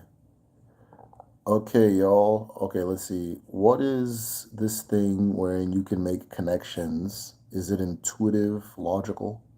Hold on. Okay, I'm trying to game of life. I'm trying to understand your question. So you're saying, I notice you can make connections like conscious and unconscious mind, like physical eyes, deeper eyes, like example of third eye, as a way of talking about the same thing. What is? Oh, okay, good. Okay, okay. I don't know. Okay, so the nature of Aghun is the nature of a connector because Aghun on a cosmic scale is the cosmic spider Udide. So Udide is okay. So I don't want to go into a full explanation of Udide, but I will say back onto your question. People who are blessed by Aghun who are tend to make connections very easily between things. They see patterns. It's easy for them to see patterns, right? And so a lot of times when you talk to devias, they're and this is just something I noticed. Nobody's written this down. Nobody told me this. This is what I've seen. A lot of times they talk in a very similar way. And they like sometimes there's a connection, but I'll wait. I'll be like, okay, let me find a little bit more before I drop that wall and say these things are connected. They'll just go straight into it. Oh, this is raw, and this is they'll talk about they'll use the Bible to talk about this one. They'll use the Quran to talk about this one. They'll go into the Chinese thing here and this and that. It's just a natural way they speak. There's one DBA I was talking to because we used to have a recommended DBA, and then he didn't want to do it anymore. And so then I started talking to this other guy, and he was like, okay, do I do the Christian one or do I do the do I do the Igbo one? Because as most people would see them as two Christianity and Odinani as two separate things, the way his mind worked, it's just the same shit. It's just using different words to explain the same kind of concepts, right? And so I had to explain to him that people would probably be put off by you like referring to like the Holy Ghost and all that stuff. So yeah, but he didn't end up doing it because it was different things. So, but either way, yeah, the if this is what you're asking, then the nature of alcohol is pattern and connections and so forth. It's a natural way of thinking. Thank you for doing this, Ronke. I really appreciate your questions and everything, and you being a part of this. That's thank you. Um, can you recommend a travel guide to Igbo land? Ah, I don't know if one exists. Um, we're very we what's the word for it? We have not prioritized tourism, right? Though we get a lot of tourism, but all the tourists are from Igbo land. So things like that, people ask me, "Well, what are some sites to go and see?" I can say things that look interesting to me, but no, I don't have a travel guide I can recommend. If you're going to Igbo land, just know it's not like a tourist place. So things aren't going to kind of be ready made. You have to know where you want to go. Now, if you're going as far as Odinani goes, um, maybe I should make a travel right like a recommended. Yeah, maybe I'll make something. I'll share it with everybody. It'll be free for everybody. But there are some things you can take a look at that would be interesting as far as Ordinary goes and things like that. The lake at Oguta is one. Um, Arochukwu might be interesting. I'm trying to think of other places. Newi on any. Oh yeah, Newi is incredible with anything related to Ordinary. Newi is off the charts. But I would go during the sixth moon on Wa'ahu so that you can see the masquerades and you can see everything really in action, right? You can see it all come alive on Wa'ahu, the sixth moon, usually around June. Or no, let me not say what month it is because it doesn't always land the same month every year. But the sixth moon, usually in the midsummer, is any community you go to, you're going to see some really interesting stuff. But I would always recommend Newi because, dude, that bravo to them. Um, Nri. Oh, I don't know about Nri. Enugu is a great place. There's a lot of places, so maybe I should put together some like type of like travel sites to see. Yeah, I think I'll do like a sites to see type of thing. That's a really good idea. Thank you for that. But I don't have a travel guide I can recommend. I just listed a few places and that kind of thing. Do you think Jesus was a deviant? Yeah, of course Jesus was a deviant. Yeah, definitely, definitely. Jesus, see, there's that connecting thing. Jesus is um Jesus as described, what's being described in the Bible is Abala, right? Or what they call Abala, or they call Uche, or what they call I'm trying to think of other. It's the light of God coming into the world, right? It's the light of God coming into the world, right? Amadioha, right? Amadioha. You know, when people talk about Amadioha, they always talk about the thunder aspect, but one of Amadioha's names is Udo, which is peace, right? Amadioha is actually the holder of peace, that kind of thing. So yeah, Jesus is a Debia. Yeah, Jesus is a Debia. Especially with the healing capacities and all that stuff, absolutely. But Jesus resembles or seems like Anyanwu and Amadioha and so forth. That's what the story's about, right? So that culture has a name for it. This culture has a name for it, and we're described similar things, that kind of thing. Because we're talking about the same thing that humans have been experiencing for hundreds and thousands of years. So,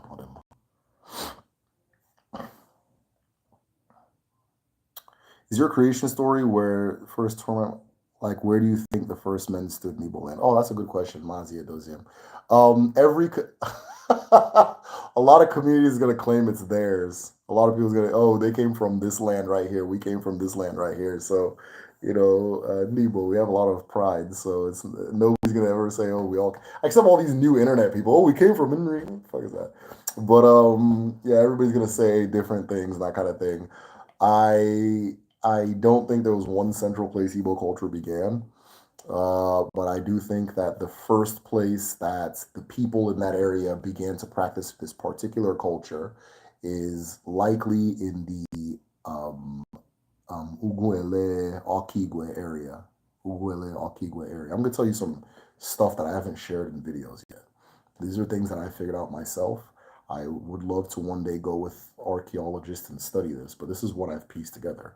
I think at the earliest points in our history, based on what our ancestors say, a lot of Igbo land was flooded except for the places that were on hills. So this culture began in the hills. Now there were people who were able to live on the water, right? As we see that even till this day with like a lot of like Ijaw, South cultures, a lot of like Badagry, what's that place in Lagos where everybody lives on the water?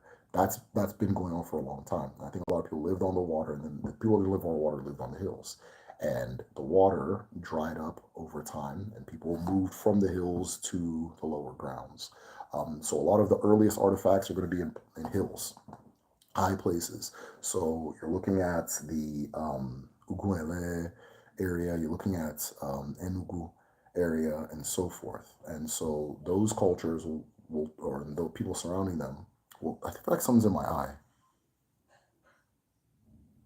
Or is that like a reflection? A lot of those cultures are going to have a story about them springing out of the ground, right?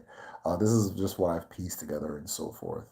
But I don't know where that termite mound would have been. Every community is going to claim it's them.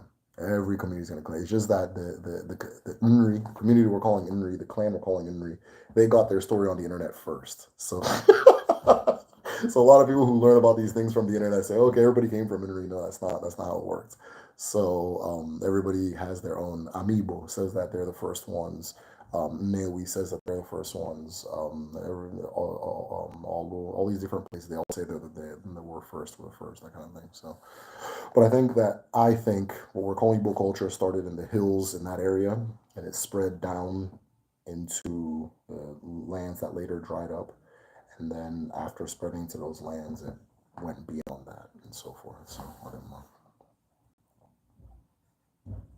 When people see patterns that aren't there or they're actually not there, is there a difference between synchronicity and coincidence? There's no, from the way I see it, there's really no such a thing as coincidence, right? The world and the universe is speaking to you. Whether you believe what it's saying or not is up to you, but it's speaking at all times. So you can make the choice to listen. There's this girl on woman, let me say, on in our Odinani group study on Patreon. She says that she does I think she does tarot. And she's like, people say tarot's fake. And I say, okay, so, and that tiny little statement just like, it blew my mind, right? And I don't think she intended for it to be this like super deep thing, but it made a lot of sense. It's like, I'm choosing to see the meaning here. You don't. That's fine. I'm choosing to see the meaning in the stars. You don't. That's fine. I'm choosing to see the meaning in fucking Chat GPT and all these different things, right? That kind of thing. So yeah, I don't believe in coincidence. If you call it a coincidence, it's a coincidence. If you don't call it a coincidence, it's not a coincidence. I derive more by saying it's not a coincidence, right? That kind of thing. So a bit more. Was Muhammad a devia? Yeah, Muhammad, Buddha, all of them. Yeah, absolutely. Right. If they say that if somebody received something from God, whatever name they call God, and then they live their life according to what they received, that's a devia, right? That's a devia. If they receive something, especially if they're using that thing in service of other people, let me be more correct. If they're using that thing in service of other people, that is a devia. Because when Chuku says, I need somebody to serve my children, Chuku will first send the devia, right? That's where you get after God is devia. First comes the God, next to devia, right? Which is really funny, quote the actual quote is, what God has, he gives to the Dibia. You say it in Igbo though.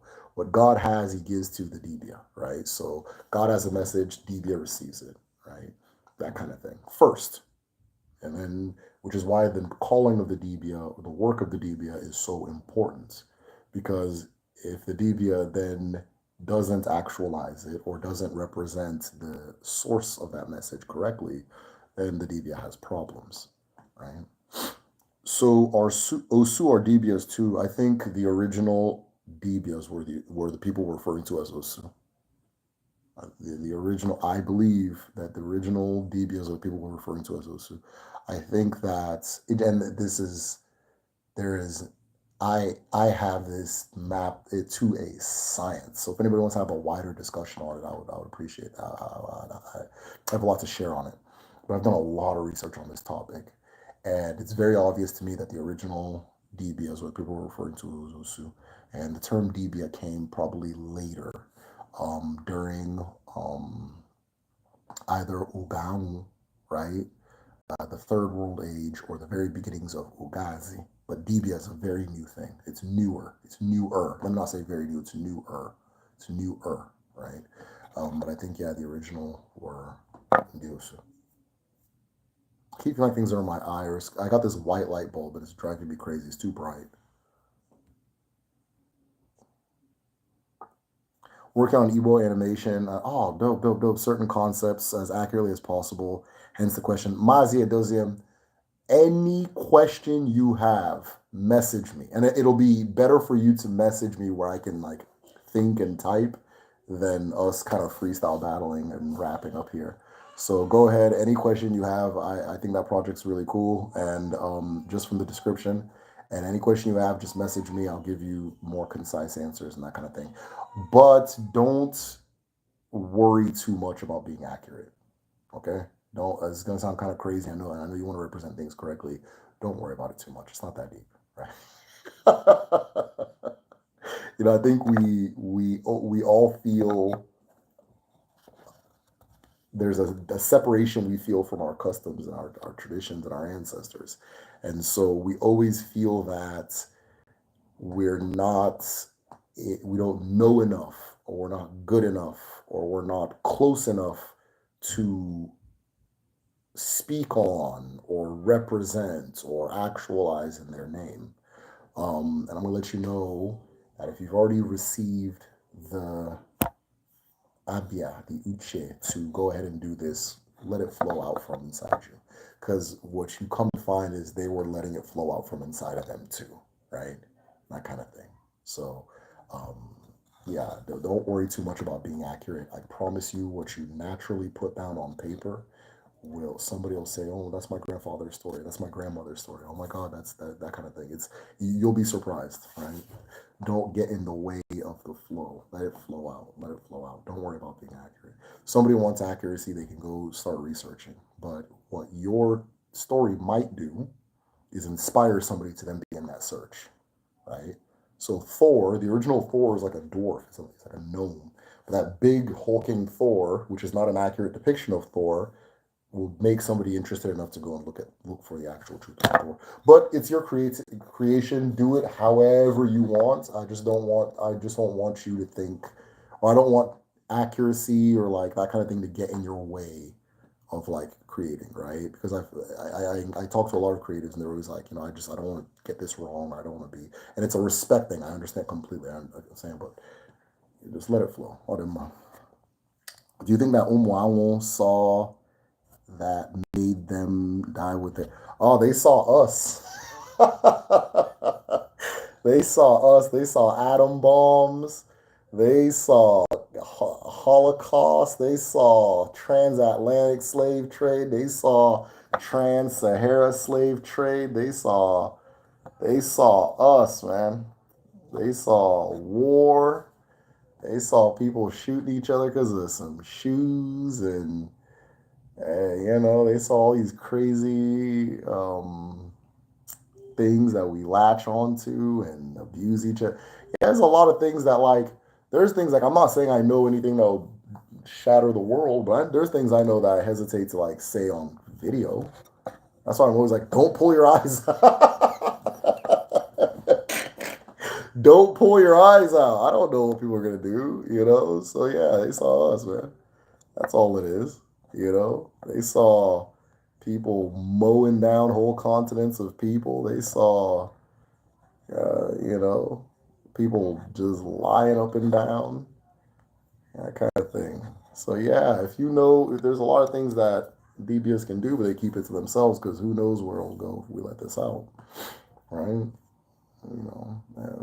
And what we call science is piecing together some of these things, but it's strange to me that once you figure something out, all of a sudden a whole bunch of people got to die, right? Once you figure something out, a whole bunch of people got to die. So it's like, I don't know if I'm going to you got that one cousin that you wouldn't, maybe you have that one cousin or maybe that one uncle or that one aunt that, maybe we shouldn't tell her that, maybe we shouldn't tell him that kind of thing, because who knows where it'll go. Yeah, they saw us. So what happens when a DBA doesn't act on their messages? I had an uncle pass away very recently. You guys are gonna hear that phrase a lot on this channel because we have a extended family, so there's like 500 of us, so people dying it's normal. It's not abnormal. But I had an uncle die very recently, and I've told stories about him on my channel, where he had schizophrenia, and he, I think the story I told was, people taking turns bathing him. We'd take turns bathing and shaving him, things like that. It was just now that he passed away. He's in his like mid late 70s. He lived a very long life. And one of the things that was recently told to me was that because he would always just wander and go somewhere, I didn't know where he'd go. And I come to find that he would go to Njaba and Nkwo. He would go to the main Irish in our community and just stand there for a long time. And so, it leads me. It's a. I wonder, right? Because everybody said prior to his passing, he was extremely intelligent, or not passing, but prior to the schizophrenia, he was very intelligent and so forth. So what typically happens is Agun is very okay, perfect. Agun is your Agun helps you perceive the world and perceive the world beyond the world. It is your knowing, right? And when what happens is your Agun will come into the world to do something. If you don't want to do that thing, your Agun leaves you alone. Your Agun leaves you alone. And typically you would try to repair the relationship with your Agun to get things together. But when that Agun leaves you alone, those connections that it was making for you, you lose that. And all of a sudden, reality jumbles and scatters. This is known as Aragon, the madness of Agon. Some of the symptoms are hallucinations, delusions, bouts of paranoia, running into forests. This is at home, anyways. Running into forests, running into markets, just randomly stripping your clothes off, that kind of thing. In the West, we call a lot of these symptoms panic attacks, schizoid episodes. There's a one that starts with an H, hyper something. There's a lot of things that kind of mirror it, right? So when you're not working, this is if you're like a debia, right? If you're a debia and you're not working with your alcohol, the consequences are usually pretty like they usually pertain to like perception, sanity, that kind of thing. For most people, I have a strong feeling that it just feels like depression. I feel like that's what that is depression. Are you a debia? I don't know. I don't call myself a debia, so you think I'm a debia? Psychosis. Yeah, good. Cool. Yeah. So, and I'm not saying it is psychosis. I'm not saying it's all these things. Typically, again, with the connection thing, right? I put the wall up. I'm like, okay, they got something over here that looks like it. We got something over here that looks like it. And I prefer to look at them as isolates because there are things in that form that they can tell each other. But if I just flat out say, oh, it's psychosis, it's schizophrenia, then you don't look at alcohol as a specific thing, right? You just look at whichever one of the two you understand, right? Whichever one of the two you understand. So, yeah, when a debia doesn't follow their calling, they suffer from what the world would generally call insanity. I personally believe when just a non-debia doesn't, it probably looks like depression, maybe feeling empty, having perception like issues and that kind of thing. So I'll do more. Mm. Is there an Igbo equivalent to the fifth element that some people would call ether, chaos? Oh, that's such a good question. Um,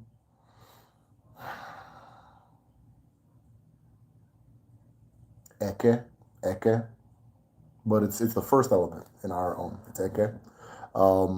It's the first element. It also exists in the same space as light, fire, that kind of thing, chaos, um, and so forth. Right? I know what you mean, Eke. Um, yeah, so that would be a plasma. Plasma. Yeah, I think that's yeah. So I don't know. Mm, with a DBO. Oh. When a DBA during an alpha tells someone that they are called to be a DBA of herbs, I like how you said DBA of herbs too. What can the meaning? What can that mean for someone who is 21 and lives in the U.S.? You can be a DBA anywhere. There's herbs in America. You can grow herbs in America. You can do it anywhere. You don't have to be at home to be a DB of herbs. There are some certain herbs that maybe the one at home works better than the one here, but you can do it. You can do that anywhere. It doesn't matter. Just if the calling is to be a DB of herbs, go be a DB of herbs. Just make sure while you're doing it with full honesty. You're doing it at the highest moral standard and you understand that what you're doing, people ask me, how do you practice Igbo spirituality? If you're a DB of herbs, that work you're doing is your spirituality. That's your spirituality, right? So you're treating it that way. If you grew up Christian, think of the way you would treat a Bible, right? That's the way you would treat that, or the way you treat a church, right? You don't go to the church and start, I don't know, spitting on the floor. You don't rip pages out of the Bible willy nilly, right? You don't use the Bible to bludgeon somebody, right? If you're a Christian. So you treat it the same way. And then you also keep to the awful, same thing, anyways, keep to the awful of a dibia while you're practicing the giving of your herb, the herbalism, that kind of thing. So yeah, it's nice that that happened, but don't worry about the location. You're fine wherever you are. You'll come to find that as you grow as a DBA, you're going to travel anyway. You're going to move around.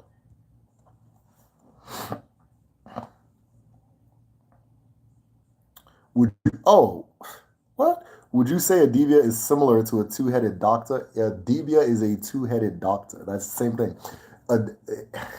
I love voodoo so much.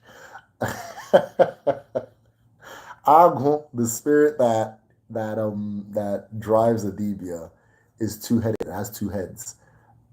I believe. I'm going to say I believe, but we know. I believe that's where the term. That's what they're referring to. Is the two heads of Agun, right? A dibia is a two-headed doctor. Even if you look at in Western medicine, they got the staff with the two snakes. They look at each other, right? So in the initiation process of a dibia, because the two heads face away from each other naturally, you make them face each other. You're not told how to do it. You're not told what that means, but you're told that emerge from the forest once you make them face each other. So in Western medicine, they got the two snakes facing each other. In hoodoo, they speak about the two-headed doctor. Um, I'm talking about the same thing. That's what I was saying earlier with the Hebrew things. Like, what other cultures do people know? If you read about the Greeks well enough, you'd say, "Oh, these are Igbo people." If you read about the Hebrews, "Oh, these are," it's just people looking at nature first. That's all it is. If you look at the Yoruba people, "Oh, these are Igbo people." Look at fucking, you know.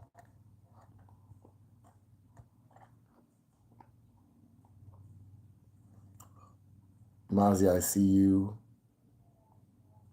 Cool, cool. If you need a storyboard artist, holla. How can I reach you? Okay, let you guys make a connection before I sign off. This has been great, guys. I'll do my Creative Force and Mazi Adoziam. I hope you guys have made the connection. If not, either you can message me and I'll connect you to the other one. I like what you guys are doing. That being said, guys, I'm gonna go. This has been a great discussion. Um, Wait, I got one more question. By thick and well. Is there an accurate app yet to learn your market day? I don't want to burst a lot of people's bubbles, but no, I don't think so. Um, because I don't think any of them factor time zones, and I don't think any of them factor like yeah, really time zones and then time of birth. So if you're born on one day and it's called Monday in another place, that exact same time in Nigeria may have been Tuesday. So no, I don't think there's an accurate one, but learn about the market days. You'll probably have a resonance for one over the other, right? You'll probably, oh, that sounds like me. That sounds like me. That kind of thing. So, and if I talk to you long enough, I'll tell you whether you're Uri or not. I can spot Uri people from miles away. They have the exact, they not the same. In fact, they're all super different. That's actually kind of what makes it obvious. But you just know when it's like, oh, okay, all right, you know when you meet them. So I can tell if you're Uri. The other ones I'm not sure, but I can definitely tell who's Uri. So I'll do them all right, guys. This has been a great discussion. I really appreciate you guys being here and engaging every single time. Shout out to Zoltar for the donation. Those of you, two things. So, if you are going to learn the Igbo language, right? You guys asked me a lot of questions about like books and so forth. But I'm gonna let you know now. The number one resource I use to learn what I'm sharing is the language, right? The number one resource are anywhere you go in Africa, our ancestors preserve their knowledge in the language. And when I'm being taught these things, one of the things I've noticed is that, like, if I'm talking to like a Dibia I used to talk to this Nze a lot, he'd always say, well, think about the word, eke. think about the word, this, that. And then once you start understanding and seeing the patterns in language, it starts clicking and coming together. It starts making sense, right? I wouldn't, it's funny, like even the fact that eke is creation. If I said that, like if I translate that sentence all the way, I just said creation means creation, right? So the best way to learn and reconnect with the ancestors is by learning the language. We've found a way to make it easy. We've really found a way to make it easy, and that is not by like mimicking an English language school, but by teaching it the way it comes, teaching it in accordance to nature, right? And so, anyways, all of that is available at www.kedu.me. If you want to start signing up for the winter session, which is going to start in like November, late November, it's available now to sign up. If you have like, if there's more than one of you guys that want to sign up, like as a group, I'm going to start doing like a group discount somehow because some people have like multiple kids they want to sign up, and that's kind of pricey. So I'll start doing a group discount. Message me and I will figure out something, and I'll announce it once that's ready. But otherwise, if you want to learn the Igbo language, go to www.kedu.me. It is kedu.me. There's a survey there that tells you, because there's like 3 levels of Igbo. So there's level Igbo 1, 2, and 3. And so the survey will tell you which of these 3 levels is going to best match your needs, right? So at the very bottom of the screen, you can take the survey and it'll let you know, okay, you're level 2, you're level 1, you're level. Some of you guys already know, right? Some of you guys already know, right? If you're just starting, it's fine. Igbo one will work perfectly fine for you. For those of you who are signed up for Kedu already, I really like this class. I don't really have too much to say in like the WhatsApp, like because you guys started a WhatsApp group, which that was kind of spontaneous, I guess. But you guys started a WhatsApp group, so I don't have much to say, but I watch and I read, and there's some interesting. It's like this class is lit. Igbo 1 is very lit. Igbo 2 is smaller, but you guys are very close to each other, so I like that. But Igbo 1 is lit, man. So we're having fun over there. Go to www.kedu.me. I don't know how I got on this tangent. And otherwise, best way to support the channel is patreon.com/the medicine show. Patrons have access to my full library. So hundreds of books, articles, things like that. I add things, more and more things every day. I just added Purple Hibiscus by Chimamanda Adichie. So if you want to read Purple Hibiscus by Chimamanda, it's now available on the in the Patreon library. If you can't find it, message me. I'll send you a link.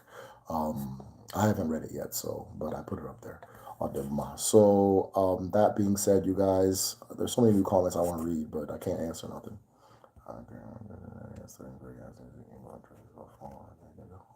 Cool. I'll do my. Anyways, as I said, yeah, looking forward to seeing you guys. And get in the group study. Come to the group study. I think I'm going to post one of the group study videos so you guys can see what's going on in there because it's on a different level. So that being said, higadi, higeto, gobla no tiaka, hogadi no wa, gadi, otwane ke, norie, afo, namwo. He said, all right, take care, guys.